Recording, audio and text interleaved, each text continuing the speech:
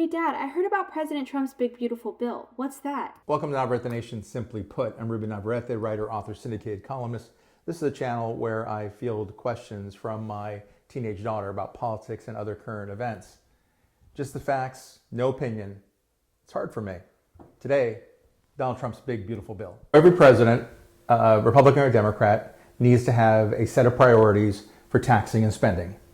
And so when Donald Trump in his second term put together his priorities, he calls it the big beautiful bill. And everything's lumped together. There's basically 5 parts to it. One is he wanted to make, and he did make, the tax cuts that he created in the first term permanent. They were set to expire at the end of this year, and now they're permanent. Those tax rates are now set. The second thing is he wanted to increase defense spending. The third thing is he wanted to increase immigration enforcement spending. And he did that to the tune of about $100 billion that's headed toward immigration and customs enforcement. He also wanted to make Medicaid cuts. He thought that a place to save some money was to cut the Medicaid program, which benefits the working class and the working poor. And so it's estimated between 12 and 14 million people could lose their health care coverage. And then lastly, there were various trims to social programs that he thought needed to be cut back. So in all, that's his priorities. So about the tax cuts, what does that mean? So Donald Trump believes that rich people pay too much in taxes. He and his peer group pay too much in taxes. There's a big argument about that. Not everybody agrees with that. But a lot of it has to do with the money you have in the bank, your net worth versus your income. In any case, Donald Trump becomes president, you got to know he's going to push tax cuts. He wants a smaller, lower tax rate. He had done that in his first term, but those cuts were set to expire, and now he's made those permanent. So does that mean that people with lower incomes have to pay more in taxes now under his presidency? There's a debate about that, but typically people in the middle class, that's really where the debate over tax cuts always falls. You don't get much support for the rich or the poor. It's always the middle class. And politicians will say that their plan benefits the middle class. Sometimes Democrats and Republicans are not telling the truth about that or telling the truth about that. So to answer your question, it's really a matter of debate about what's going to happen to people in the middle class under this new spending bill. But the emphasis is really on keeping tax rates where they were, which a lot of people think will benefit the wealthier Americans. So what about for the defense spending? What does that entail? You know, the president, to his credit, knows it's a dangerous world and that we are spread thin in terms of the amount of defense money that we spend on defense, our allies, Ukraine, Israel, other places around the world. And so I think there is a lot of support for building up defense spending, and that's something he wanted to do as a priority. Everything in defense is expensive, whether you're talking about, an aircraft carrier or, more jets or whatever it is we need. It's all very expensive. And so this is something he did not get much pushback on from either party. Interestingly enough, the Democrats who went after him talked about the Medicaid cuts, so they didn't talk about defense cuts, defense spending. That seems to be popular with both parties. So then Trump's military spending is reserved just for the armed forces, but what about the immigration spending? It's a separate thing. So the defense spending deals with the military. It's run through the Pentagon. It's for everybody who serves in the armed forces and all the equipment, supplies, weapons they need. With regard to immigration customs enforcement, that's more in the justice end of it. It runs through the Homeland Security Department, and immigration customs enforcement is not going to be working around the world. It's going to be domestic. It's going to be trying to enforce the border, protect the border, and in a very controversial thing, also deportations, bringing people out who are already in the border, or within the border in the United States, living for many years. Interesting, I just saw that something like $45 billion in the bill has been appropriated to build a wall on the U.S.-Mexico border. The first time around, in the first Trump administration, he promised to build the wall and then Mexico was going to pay for it. That never happened. But back then, it was supposed to cost $25 billion. And now, because of inflation, it's up to $45 billion. That's a huge amount of money. I don't know if we'll ever see a wall on the U.S.-Mexico border, but a lot of money went to immigration enforcement. Something like 10 times as much money as we spend now will be spent on the future. So if President Trump's bill is putting a lot of emphasis on the border between us and Mexico, what is it doing for the border between us and Canada? Like, is there as much control going into that? So theoretically, it's supposed to cover ports and borders. Both of our borders with Canada and Mexico should get equal treatment. That has never been the case because you have more people coming through the southern border. That may change in the future, but typically, to give you an idea, in the old days, if you had, say, 10,000 immigration agents, something like 9,000 would be focused on the U.S.-Mexico border and about 1,000 on the Canadian border. We don't know what will happen in the future, but typically Mexico's always gotten sort of the lion's share, much more attention. Critics say, well, that's where the problem is. People are coming through the Mexico border. The fact is, we don't really know a lot about what's coming across the Canadian border because we don't have a lot of people up there. So yeah, it is more of an emphasis on Mexico.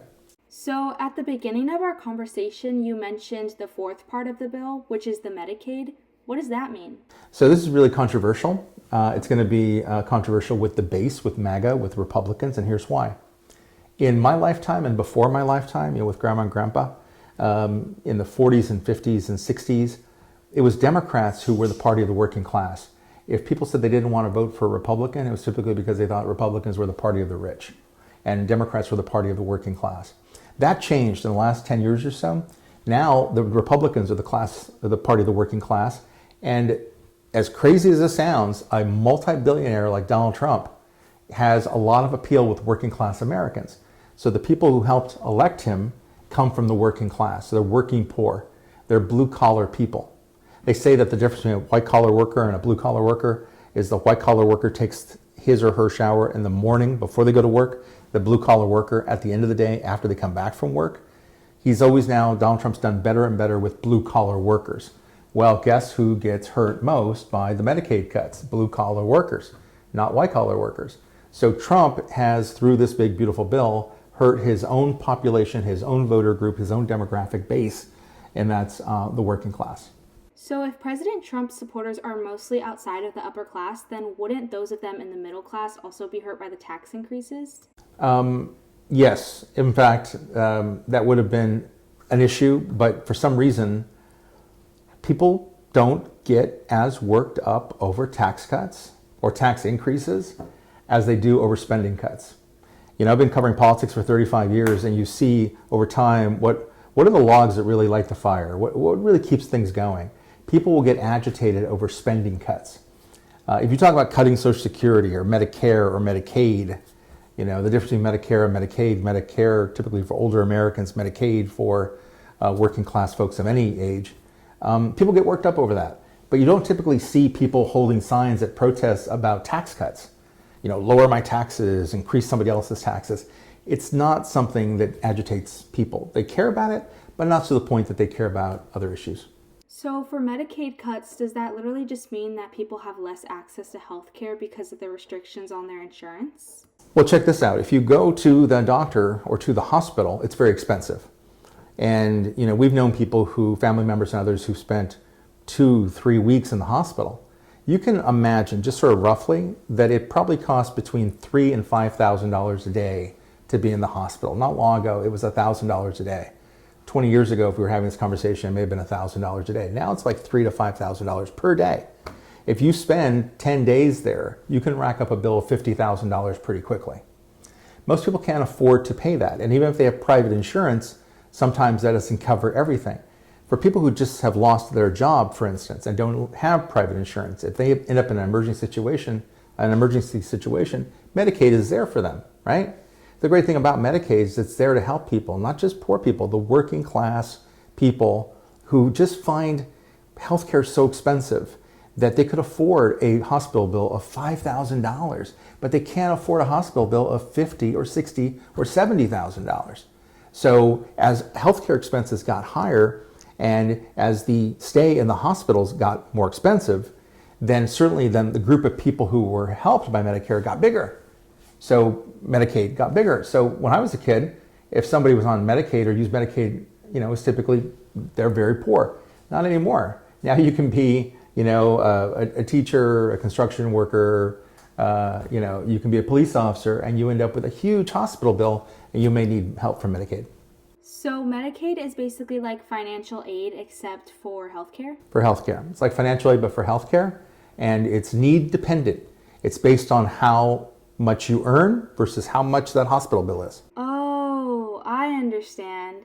So what about that last part of the bill, which you said is social programs? Which social programs did President Trump cut funding from? So this is interesting. I think from day one, President Trump has been really transparent about what he values and doesn't value. For instance, he does not value the Department of Education.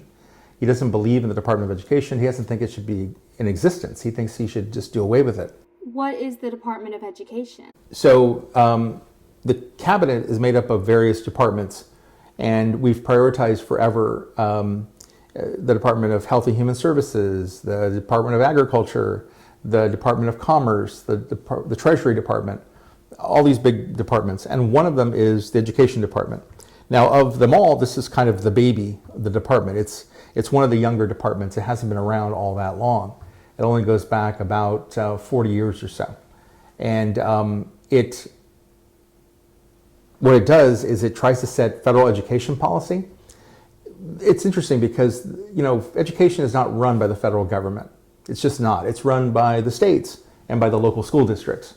But there is typically and has typically been a role for the federal government in education policy. It's a little delicate. They dedicate money to some of the school districts. They help with students who have learning differences, autism, other challenges, and they have a civil rights division at the Department of Education that makes sure that students are treated fairly and equally in the schools. It serves an important role, but it's just not accurate for people to think that somehow education is run by the Department of Education. Unlike, the Department of Defense. The Department of Defense, goes to war on our behalf. It runs wars. The Department of Education is not like that. So it's a little weaker.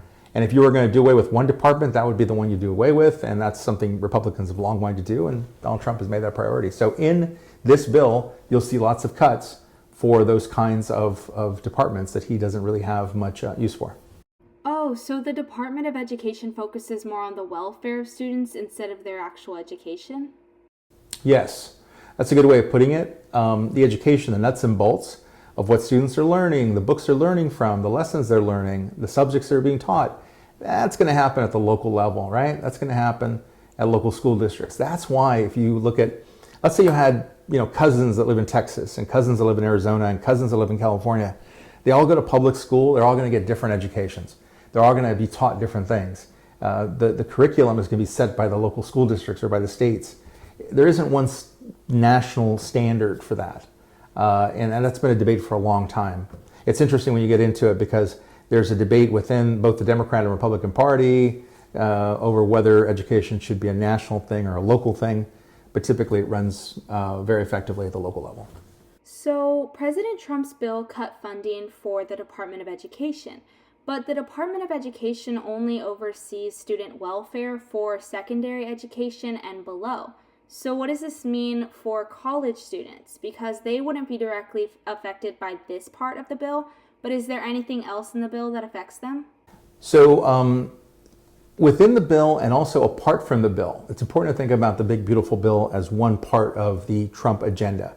But aside from that, he's been slashing and burning a lot of different spending priorities and pushing different spending priorities even before the debate over the bill. And one of them is the area you're talking about. He is of the opinion, as are many conservatives, that too much public tax dollars too many of those dollars go to, for instance, private institutions that he thinks are too far out of step with the American mainstream and average Americans, places like Harvard or Columbia, that have gotten in trouble with the administration because they have been accused of not doing enough to combat anti-Semitism on their campus, been too tolerant. They've been accused of being too tolerant of pro-Palestinian protests that end up becoming anti-Israeli, anti-Jewish protests on campus, they say. So even before the debate over the big beautiful bill started, Trump had already said, he was going after these institutions. I'm going to take $300 million from this institution, and that university is going to lose $400 million, et cetera.